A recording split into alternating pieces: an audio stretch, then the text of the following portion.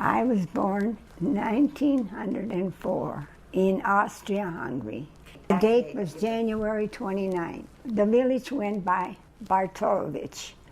I know one thing, I remember my grandpa went to America. You know, they always went, you know, to make money and come back. When he came back, and my grandma said, "Why'd you come home so quick? Even the beans aren't cooked yet." She made fun of me, you know, joke. And he took me, and you know, over there they have high ceilings. Okay, so he swings me up, way up to the rafters, and I went and hit the rafters. And my grandma said, "Did you come here to kill my child?"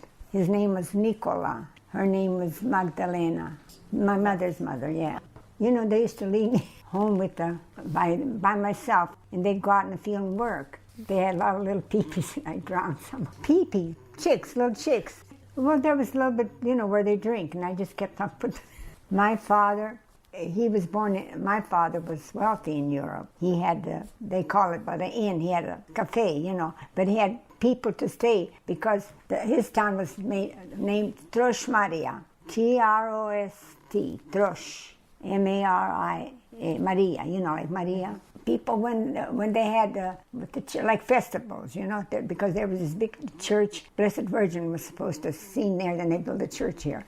So people used to come when it was festival from all over, you know. Of course, they would land in my father's business place, and grandmother didn't like my mother. She didn't want him to marry. You have to have a dowry, like 1,500 suit, pants, and all kind of stuff before you could marry. A great big chest. But my father and mother got married anyhow. So he took money from his father, and he took my mother, and they came to America. Then I came later. They came earlier, like 1906.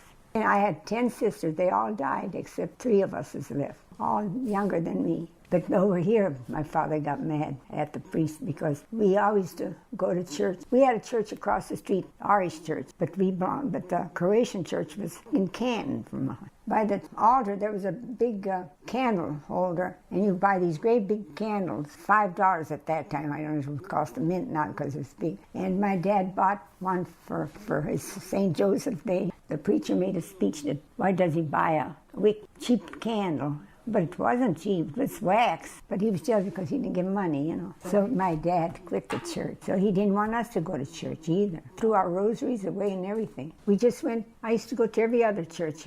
Sunday school, you know. And I went to this church up the hill too, the Catholic church. But he didn't stop us from going, but he didn't want us to go to the Croatian church. They just decided to come because the grandma and grandpa didn't like them. So they usually stay with father, you know, when you get married. I stayed with my grandma and grandpa. And of course, there was my uncle. You know, he was a little boy. Well, he was about maybe 10, 12 years old. He used to play with me. He used to carry me, you know. I was sick with fever. That's why they wanted to send me back. And my uncle said he was just a young fella bringing his girl here to get married in America. It was typhoid fever. They was going to send me back.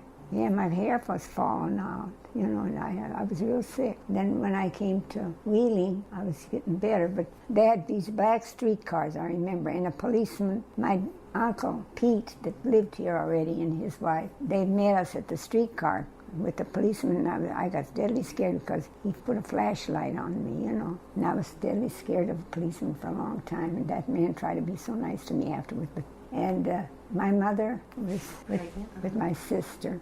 I know it wasn't long after that she had the baby. I forgot what month I came. But anyway, when she had the baby, over there everybody had a fireplace, but they had a grate in every room. You put coal in it, not wood. She had this baby, and she said, take a dipper, put some milk in it, and go over the grate warm and bring it so I could feed the baby. And I went in, and here I got sooted. I remember that because my mother hollered on me, and I was crying. Well, usually, you know, where there's our people from our village, they'd go there. That's how commune again together. This street is this in coal mines, mostly coal mines. I know because my father worked in a coal mine, and he worked in steel mills also. But he worked in the coal mine. He got black lung. He died at 42 years old. And there was 11 kids left. Oh, he went to the steel mill. I know I was big enough to carry, they used to carry little baskets of lunch, and then you had a little bucket for tea or coffee. And I used to always they had this little shed where you put them down. And people would come up the steps, and bring them. Oh, in a coal mine, they had big buckets. And I remember there was an explosion in the mine. And my uncle, Pete, was there in the mine. He was in it. And my other cousin, he got killed in it. And my aunt, I don't know what was trouble with her. She always cursed at my Uncle Pete. She'd always say, I hope your mine explodes. And we talk about it with her kids. I said, your mother was mean. But he was good to her, He always had to cut her meat for her, wait on her. We lived in Bel Air after a while, Bel Air, Ohio, There used to be a, river runs, Ohio River. And the ship, and I wanted to go back. I cried. I wanted to go back to my grandma. I didn't like this bread. I wanted that black bread, with homemade. And I didn't want nothing, but I wanted just to eat eggs. I didn't like none of this food they was cooking here. And my daddy would take me on a boat.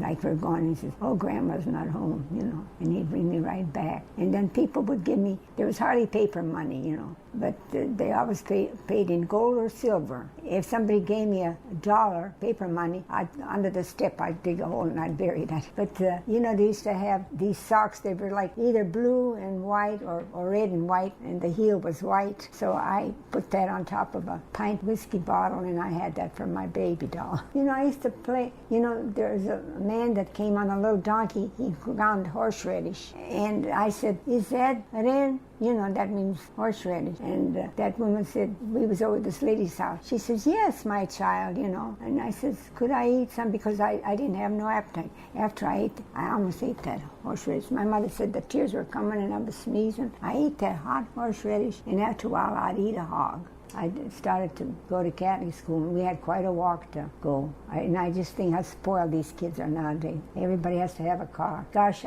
my mother never took us to the store to buy shoes. They have shoes hanging online. God knows how long they've been hanging. You just take a pair of shoes and try them on, and she never took me to try shoes on. She just bought me shoes, whether they were small or big.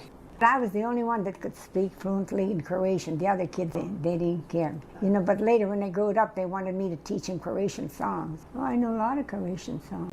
Mladi kapetane, otkuda idete vi?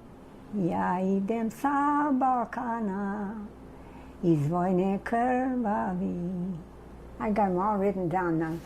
Ja sam majko, cura fina, ja sam majko, cura fina, idem iskapa. Oh no, see, I get them mixed up. There was Croatian stores. There was a Jewish store, but he could speak Croatian, I used to go to the store and I'd just say, put it on the book. We used to have a book. And my mother said, but you have to pay the book. She says, oh, daughter, Cherko, you have to pay every 2 weeks the book. Well, anyhow, so we used to deal from him. He had a store. And the shop stopped. They shut down. Over there wasn't no strikes. When they shut down, they just shut down and let it rust. That's when my dad went to the mine. And he said, you put an X on the book, no more credit. So my mother goes to the Jewish man and he gives her credit. The steel mill, where they made steel, that closed. Then my dad went to Bel Air. He'd go on a horse and buggy across the river. So that's where the mines, then he worked in the mine there. We moved to Little Washington, Pennsylvania, from West Virginia. Then he had to go work in the coal mines. My dad said, you just never could stand up. That's how low they were. People had to work like that, on their knees. They said there'd be big rats, but when the rats start running around, they know that there's going to be a cave-in. Then people follow them. Then from there we went to Johnstown, Pennsylvania. And the whole town was run by the mine. They didn't give you cash. They gave you a due bill. It's a piece of paper. You couldn't get out of there because you didn't have no money. So my Uncle Pete came at night and we got out. We ran away from the coal mines. And I remember my sister Mary was born. The next one after Katie, she was born in Johnstown. And here my dad went for the midwife in town in Johnstown. In the meantime, my mother had the baby and I was home alone with her. I remember how my sister slid clear across the room how she born her. And my mother said, take a rag, diaper, and bring the little baby to me. And I took the thing and I grabbed my little sister. Then my mother cut the navel out. And when the midwife came, everything was okay.